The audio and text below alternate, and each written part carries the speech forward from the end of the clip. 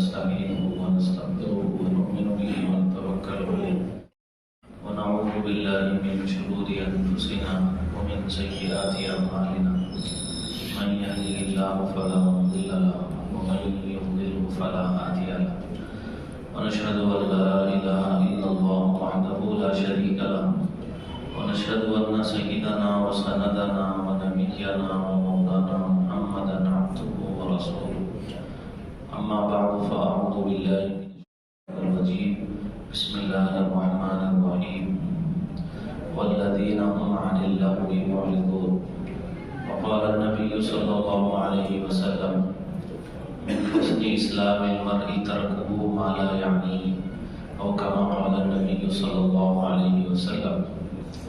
معزز سامعین کرام، عزیز ساتھیوں، بزرگوں اور دوستوں، اللہ تعالیٰ نے قرآن کریم کی اس آیت میں جو میں نے تلاوت کی ہے، کامیاب ایمان والوں کی صفات کو بیان فرمایا ہے کہ یہ صفات جن ایمان والوں میں پائی جائے گی وہ ایمان والے کامیاب ہیں. ان میں سے ایک صفت یہ بیان کی گئی ہے کہ وہ لغو باتوں سے اور لغو کاموں سے اپنے آپ کو دور رکھیں. یہ ایمان والوں کی شان ہے. وَإِذَا مَرُّوا بِاللَّغْوِ مَرُّوا كِرَامًا وَالَّذِينَ هُمْ عَنِ اللَّغْوِ مُعْرِضُونَ کہ لغو باتوں سے، لغو کاموں سے اپنے آپ کو دور رکھتے ہیں. یعنی ایسی باتیں اور ایسے کام جن میں نہ دینی فائدہ ہے نہ دنیاوی فائدہ ہے، اس سے یہ لوگ اپنے آپ کو دور رکھتے ہیں. یہ کامیاب ایمان والے ہیں. اور حدیث شریف جو میں نے پڑھی ہے اس میں اللہ کے نبی ارشاد فرماتے ہیں من حسن اسلام المرء ترکہ ما لا یعنی. انسان کے اسلامی خوبیوں میں سے بات ہے کہ وہ لا یعنی کو چھوڑ دیتا ہے. یہ انسان کے اسلامی خوبیوں میں سے بات ہے کہ وہ لا یعنی کو چھوڑ دیتا ہے. لا یعنی کا مطلب جس میں نہ دینی فائدہ ہے نہ دنیاوی فائدہ ہے، اس کو چھوڑ دیتا ہے. ایمان والے کی شان ہے ایسے کام اور ایسی باتیں جن میں نہ دین کا فائدہ ہو نہ دنیا کا فائدہ ہو، وہ اس کو اپنے آپ کو اس سے دور رکھے. حضرت تھانوی رحمۃ اللہ علیہ نے ایک واقعہ لکھا ہے کہ مرزا مظہر جانا رحمۃ اللہ علیہ بہت بڑے بزرگ تھے، دہلی میں رہتے تھے. ان سے ملاقات کے لیے دو طالب علم بلخ سے آئے دہلی حضرت سے ملاقات کرنے کے لیے. مرزا مظہر جانا رحمۃ اللہ علیہ اللہ والے تھے، بہت بڑے بزرگ تھے. ان سے بیعت ہونے کے لیے، ان سے اصلاحی تعلق قائم کرنے کے لیے یہ دو طالب علم بلخ سے چل کے آئے دہلی. نماز کا وقت ہو رہا تھا تو وضو کے لیے وہ زمانے میں مسجدوں میں، صحنوں میں حوض ہوتا تھا، اس حوض کے پانی سے وضو کیا جاتا تھا. تو یہ دو طالب علم حوض کے پانی سے وضو کر رہے تھے اور قریب میں حضرت ہی وضو کر رہے تھے. انہوں نے حضرت کو دیکھا نہیں تھا، یہ حضرت کو جانتے نہیں تھے، حضرت کو پہچانتے نہیں تھے. اب یہ وضو کر رہے ہیں، وضو کے دوران میں دونوں آپس میں بات چیت کر رہے ہیں. ایک نے کہا کہ یہ جو حوض ہے یہ حوض ہماری مسجد کی حوض سے بڑا ہے. دوسرے نے کہا کہ نہیں، یہ حوض ہماری مسجد کی حوض سے بڑا نہیں ہے بلکہ چھوٹا ہے. آپس میں دونوں کی گفتگو ہو رہی ہے. بعض حضرت وضو کر رہے تھے، وہ بھی ان کی باتوں کو سن رہے تھے. اس کے بعد میں جب دونوں نے وضو کر لیا، نماز کا وقت ہوا، نماز پڑھ لی، نماز سے فارغ ہو گئے. نماز سے فارغ ہونے کے بعد میں حضرت سے ملاقات کے لیے گئے اور ملاقات کی. پوچھا حضرت نے کہ بھائی کیسے آنا ہوا؟ تو انہوں نے بتایا کہ آپ سے بیعت ہونے کے لیے آئے ہیں، اصلاحی تعلق قائم کرنے کے لیے آئے ہیں. تو حضرت نے کہا کہ بھائی تم پہلے اس بات کا تصفیہ کر لو، فیصلہ کر لو کہ یہ جو حوض ہے تمہارے مسجد کے حوض سے بڑا ہے یا چھوٹا ہے. پہلے یہ فیصلہ کر لو، اس کے بعد میں باقی باتیں ساری کی ساری دیکھی جائے. ایک بات تو تم دونوں کی باتوں کو میں نے سن کے یہ اخذ کی ہے، یہ بات سمجھ میں آتی ہے کہ تم دونوں کو فضول باتوں میں مشغول ہونے سے دلچسپی ہے اور فضول کاموں میں مشغول ہونے کا شوق ہے. دوسری بات یہ ہے کہ تم تحقیق سے بات نہیں کرتے ہو، ایسے ہی بے تحقیقی باتیں کرتے ہو. تم نے پہلے سے یہ حوض نہ ناپا نہ وہ حوض ناپا، دونوں کو ناپ کے تم نے دیکھا نہیں ہے اور فیصلہ کر رہے ہو کہ یہ بڑا ہے یا وہ بڑا ہے.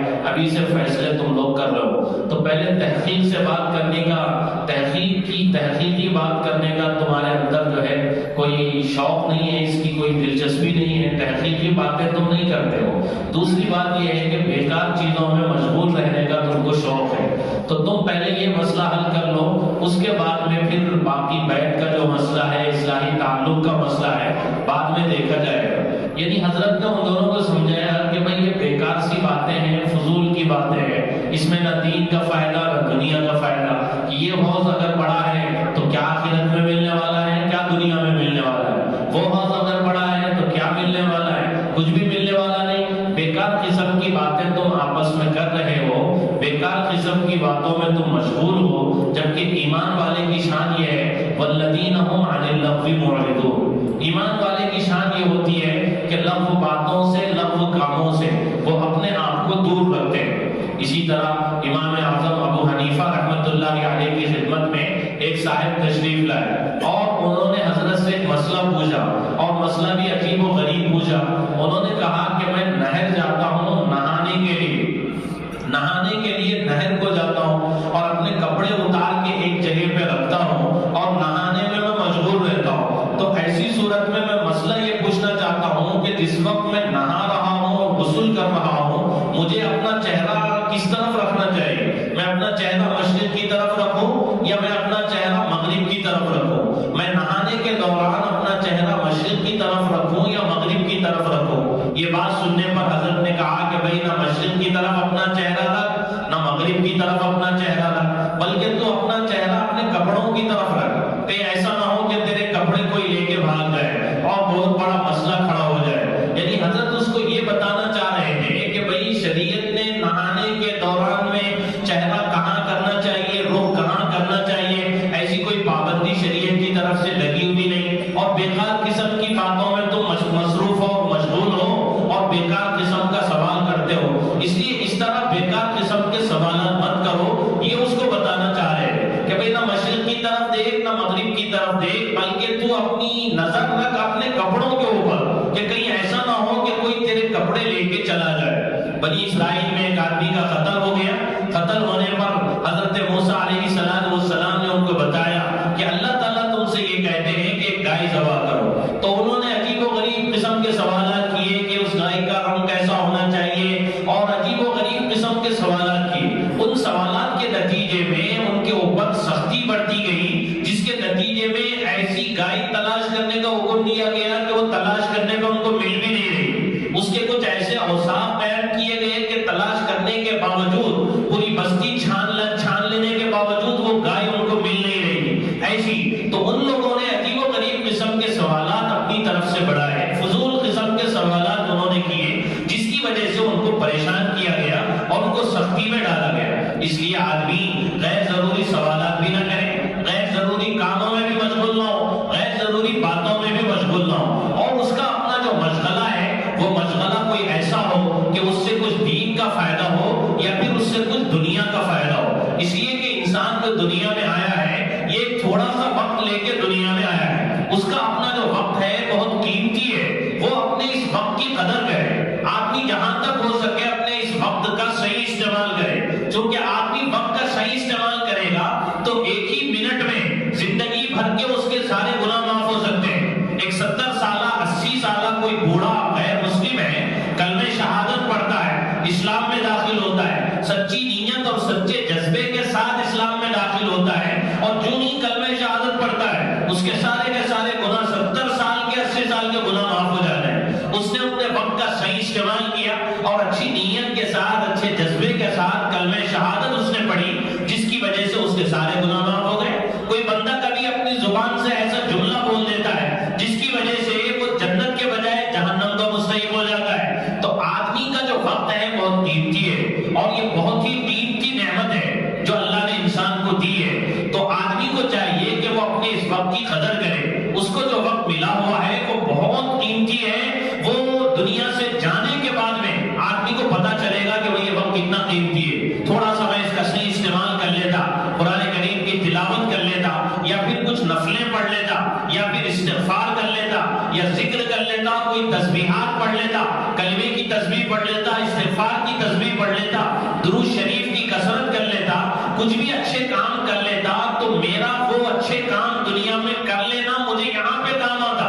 وہاں جانے کے بعد بندہ پچھتا ہے، اور وہاں جانے کے بعد بندہ افسوس کرے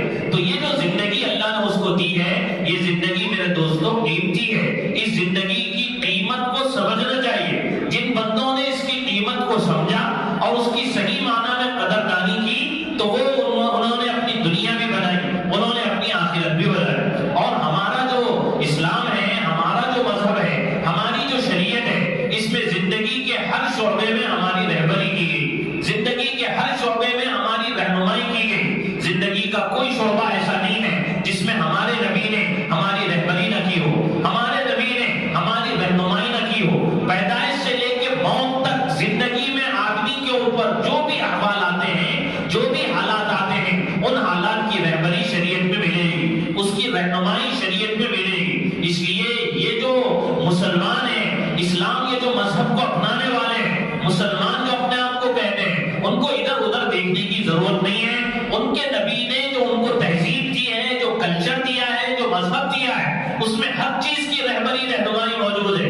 اس لیے ان کو ادھر ادھر دیکھنے کی ضرورت نہیں ہے۔ اپنے مذہبی تہواروں میں، اپنے عید کے موقع پہ، خوشی کے موقع پہ، ایسا نہیں کہ شریعت نے بندے کو آزاد چھوڑ دیا ہو، خوشی منانا ہو، غم منانا ہو، اس کا شریعت نے طریقہ بتایا۔ یہ خوشی منانے کا طریقہ ہے، یہ غم منانے کا طریقہ ہے۔ خوشی ایسے منائی جائے، غم ایسے منایا جائے۔ شریعت میں انسان کو آزاد ایسے ہی نہیں چھوڑ دیا کہ بھئی زندگی میں چوپایوں کی طرح، جانوروں کی طرح انسان جو چاہے کرے، کھائے پیے، زندگی گزارے، عیش کرے، آرام کی زندگی گزارے۔ نہ خوشی کا کوئی طریقہ ہے، نہ غم کا کوئی طریقہ ہے، وہ بالکل آزاد ہے اپنی زندگی گزارنے میں۔ ایسی بات نہیں ہے۔ شریعت نے انسان کو پابند بنایا ہے، مسلمان کو پابند بنایا ہے۔ ہم بندے ہیں اللہ کے، ہم بندگی اللہ کی کریں، بندگی سے باہر ہم نہیں جا سکتے۔ کوئی کام ان کی مرضی کے خلاف میں ہم نہیں کر سکتے، کوئی کام ان کی مرضی کے خلاف ہم نہیں کر سکتے۔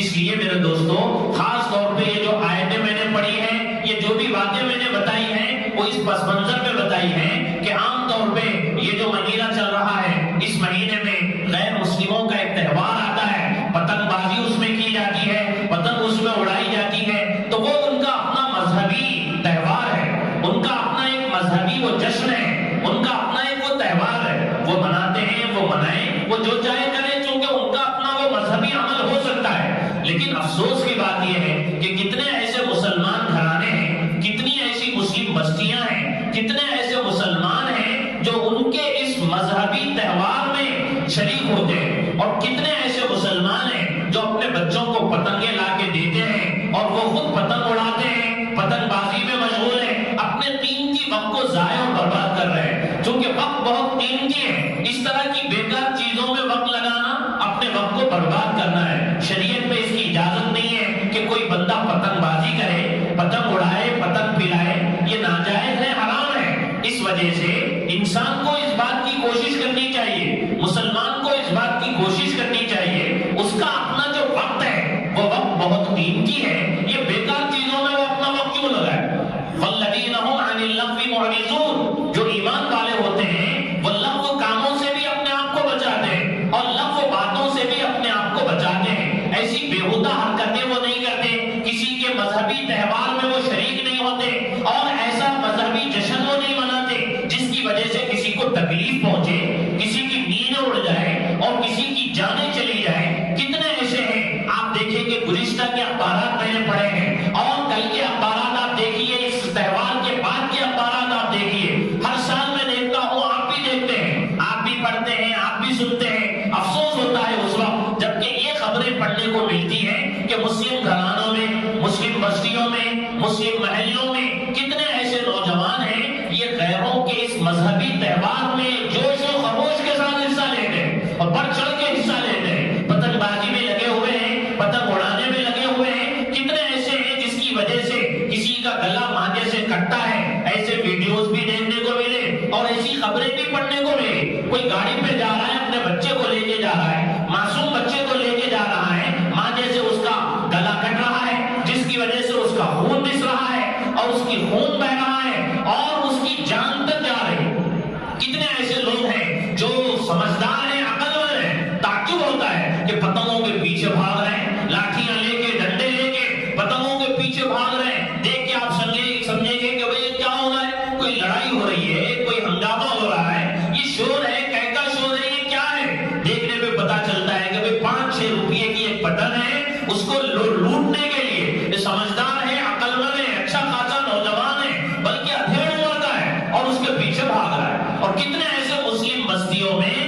مسلم محلوں میں، ہمارے اپنے شہر میں ایسے واقعات پیش آ چکے ہیں کہ پتنگ کو لوٹنے کے لیے آپس میں چاقو زنی بھی ہو گئے اور تلوار زنی بھی ہو گئے اور آپس میں لڑ رہے ہیں۔ کس کے لیے؟ 5-6 روپے کی پتنگ کے لیے مسلمان آپس میں ایک دوسرے کا گلا پکڑ رہے اور ایک دوسرے کو مار پیٹ رہے اور ایک دوسرے کے ساتھ گالی گلوچ سے پیش آ رہا ہے۔ بھئی کیا ہو رہا ہے؟ تہوار کس کا ہے؟ یہ مذہبی جشن کس کا ہے؟ مذہبی تہوار کس کا ہے؟ کسی اور کا ہے۔ اور لڑائی کس کی ہو رہی ہے؟ مسلمانوں کی ہو رہی ہے۔ گلے ایک دوسرے کے کون پکڑ رہے ہیں؟ مسلمان پکڑ رہے ہیں، آپس میں ایک دوسرے کو مار رہے ہیں، اور ایسا شور ہے بستیوں میں۔ آپ دیکھیں گے ہمارے اپنی بستیوں میں، ہمارے اپنے محلوں میں مسلم گھرانوں کے اوپر ڈی جے لگایا جاتا ہے، اونچی آواز میں فلمی گانے لگائے جاتے ہیں، اور ایک شور ہے اور ہنگامہ ہے ایسا کہ برتنوں کے بجنے کی آواز آ رہی ہو، الماریاں حرکت میں آ رہی ہو، ایسا شور ہے، چیخ رہے ہیں، سیٹیاں بجائی جا رہی ہیں، اور عجیب و غریب قسم کا شور ہے۔ یہ کہاں پہ ہے؟ مسلم بستیوں میں۔ کہاں پہ ہے؟ مسلم محلوں میں۔ جو مسلمان یہ دعویٰ کرتا ہے، اس کا اپنا یہ عقیدہ ہے کہ ہمارے مذہب میں،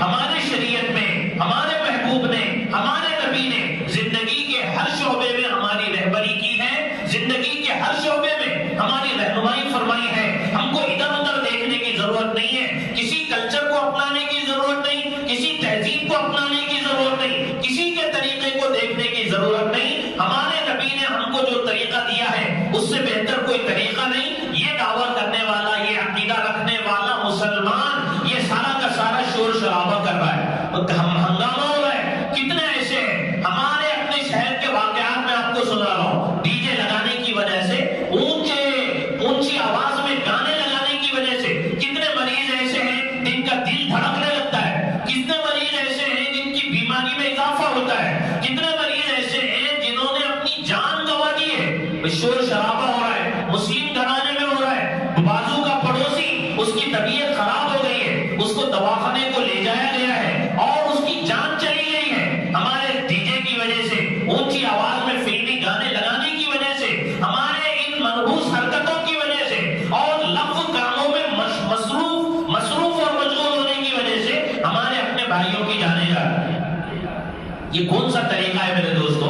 یہ بالکل انتہائی بےہودہ حرکتیں ہیں۔ ان حرکتوں سے مسلمان ماں باپ کو چاہیے کہ وہ اپنے بچوں کو روکیں۔ مسلمان ماں باپ کی یہ ذمہ داری بنتی ہے کہ وہ اپنے بچوں کو روکیں، یہ شور شرابہ ختم کرے کہ بھائی ہم کس لیے آئے ہیں دنیا میں، ایک خاص مقصد کے لیے آئے ہیں، اور ہماری زندگی بہت قیمتی ہے۔ زندگی کے ایک ایک لمحے کے بارے میں ہم سے پوچھا جانے والا ہے، زندگی کے ایک ایک لمحے کے بارے میں ہم سے سوال ہونے والا ہے، اور ہم زندگی گزار رہے ہیں پتنگوں کے لوٹنے میں اور شور شرابے میں اور پتنگ بازی میں، پتنگوں کے پلانے میں۔ ان حرکتوں میں ہم اپنے آپ کو لگائے ہوئے ہیں، اوپر چڑھے ہوئے ہیں۔ اوپر چڑھنے کی وجہ سے دوسرے گھروں کے اندر نظریں پڑ رہی ہیں، بے پردگی ہو رہی ہے، ایسی بہت سی خرابیاں ہیں، ایسے بہت سے مفاسد ہیں جو اس پتنگ بازی میں، پتنگ کے اڑانے میں، پتنگ کے پلانے میں۔ اور یہ ہمارا اپنا کوئی مذہبی عمل ہے نہیں، ہمارا اپنا کوئی مذہبی تہوار ہے نہیں، پھر ہم کیوں اس میں اتنی دلچسپی لیں؟ کیوں ہم ایسی حرکتوں میں اپنے آپ کو لگائیں؟ حالات دیکھیے دنیا کے کیسے بد سے بدتر ہو رہے ہیں،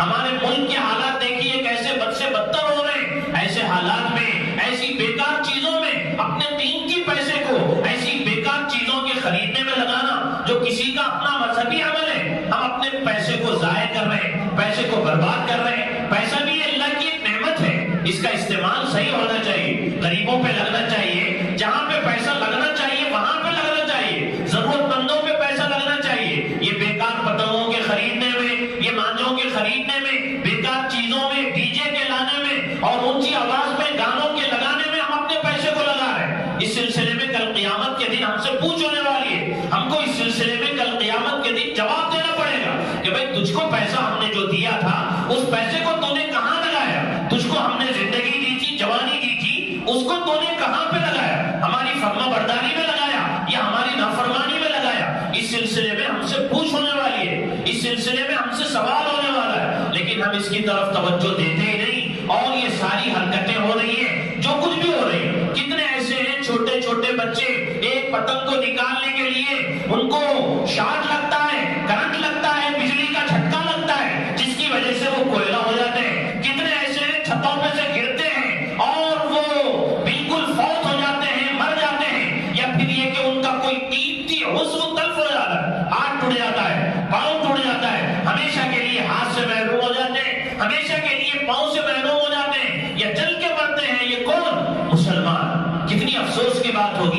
مسلمان جس کو اللہ نے اتنا بہترین مذہب دیا ہے، اتنی بہترین تہذیب دی ہے، اتنا بہترین کلچر دیا ہے، اس کو چاہیے کہ وہ اس کو اپنا کے فخر کرے، ادھر ادھر اس کو دیکھنے کی ضرورت نہیں ہے۔ لیکن ہمارے بچے ہیں کہ دوسروں کے کلچر کو اپنانے کے لیے، دوسروں کی تہذیب کو اپنانے کے لیے، دوسروں کے مذہبی تہواروں پہ عمل کرنے کے لیے اپنی جانیں گنوا رہے ہیں، 4 پیسے کی پتن کے لیے اپنی جانیں گنوا رہے ہیں، اور اپنے ہاتھ پیر سے ہمیشہ کے لیے معذور ہو رہے ہیں، محروم ہو رہے ہیں، ہمیشہ کے لیے ہاتھ پیر سے محروم ہو رہے ہیں۔ تو یہ جو کچھ بھی ہو رہا ہے وہ ہم اپنی ذمہ داری کو نہیں نبھاتے ہیں، جس کی وجہ سے ہو رہا ہے۔ تو میرے دوستو، یہ بالکل ناجائز عمل ہے، اپنے بچوں کو اس عمل سے روکنا چاہیے اور بچوں کو بتانا چاہیے، یہ ہماری اپنی ذمہ داری ہے۔ ان کو بتائیں کہ بھئی دیکھو یہ ہمارا مذہبی عمل نہیں ہے، یہ دوسروں کا مذہبی عمل ہے، اس میں ہم کیوں دلچسپی لیں؟ پوری مسلم بستیوں میں شور ہے، ہنگامہ ہے،